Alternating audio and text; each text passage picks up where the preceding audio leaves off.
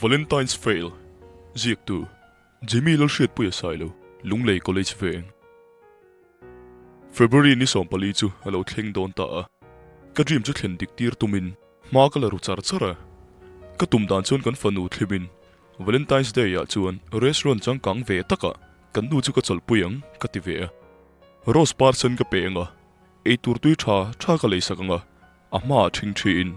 Ka mangai che. Ka ti don ani. Ti in plan ka siema. Romantic don raps. Ka ngai tua ka lim veng mai. Ke main ka khile suk thina. Kan nu ngai tha thei der lo mai. Ilom ngotang kan ti phei chu a beng ngong ni vel mai ni. A hun chu thleng ta kan nu chu ka kola. Restaurant a chon kal turing ka bia. A buai zia tu to ka soi nuwa pe ilo mel davin a o ve shama.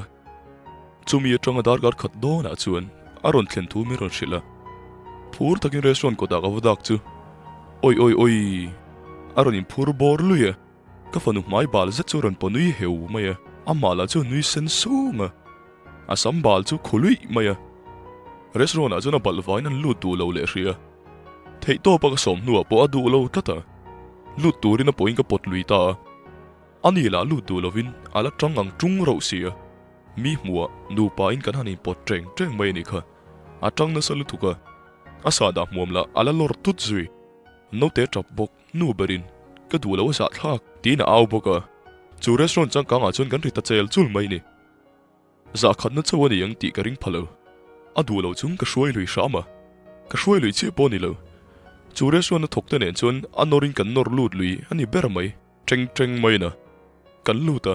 Momo special kan lam chu an ron da vata. Amala chu hing ham zui peka. Ka fanula chuan anu nu te chu lo pet fa nang duai boka. Waiter ne na chuan. Hei eng zaman nge ni ya a han dia. Waiter ina man zan soi chu. Oi lo. Kan venga po pakhat cheng som sin. Udini te point hetiang hin an siam ve tho. Nang ni yang in an ti to ve lo. Sumin du uchuk lutuk an ti leng mai ni kha. Waiter chuan room davin meron mela. Za thla ke mai a ti pain. Trei chuan a mai hupa akal ngal nal mai a. Chuta ei tur dang kan order le chu. Ke chu kai pe to lo. So chiar kan ei trawa ti pain an uak tuara. Chila chakri phurphura. Sada paina van wang ve an la ti zui le ngala. Chu restaurant an manager churan kalin. Kapi sada paina kan nei lova. Helai chu kan ti thiang lim ve a. Tin midang tan nok sak deuh hlekini oma. Film khurla ka du hle mai che aron tia. Kan nu chuan a en ang kel kola. Ka fanu chu min pomtir sawa. Ring em mai hian. Oi he pa han za lo zia hi. Ka zile te min ti velo ni chu. A ti lai mek chuan manager chuan. Oi le za thlak deuh ve ti pain kan nu mu lo tur chuan.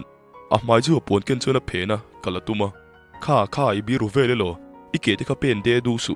Kan nu chuan an ti le. Khati lai manager posile dan kha. Ei tur manin ti tau boxi. Hetiang te chuan eng tin ngei ni hral thei nga. Ti tlom ve ta che u. A ti lai chuan ka zak lutuk chuan ka fanu ka poma. Kan nu chu ka kai lopa. Pona chuak bui ka tuma. Ani la lo du lo na sa. Lulamain chualam ka har sa zoke moti mai turadi. Kala soi zo lo. Chuti lai chuan midang lo chol ve te chu kan en vela. Min lo mel thup maya. Kan nu la chuan. Khatin min pot su. Kala ang zo lo. An la ti zuya. Ka them shrep nuwa ka chuak bui thei da shama. Ka thil plan ve ka lo tum lok te chu a lo cham ve khop mai.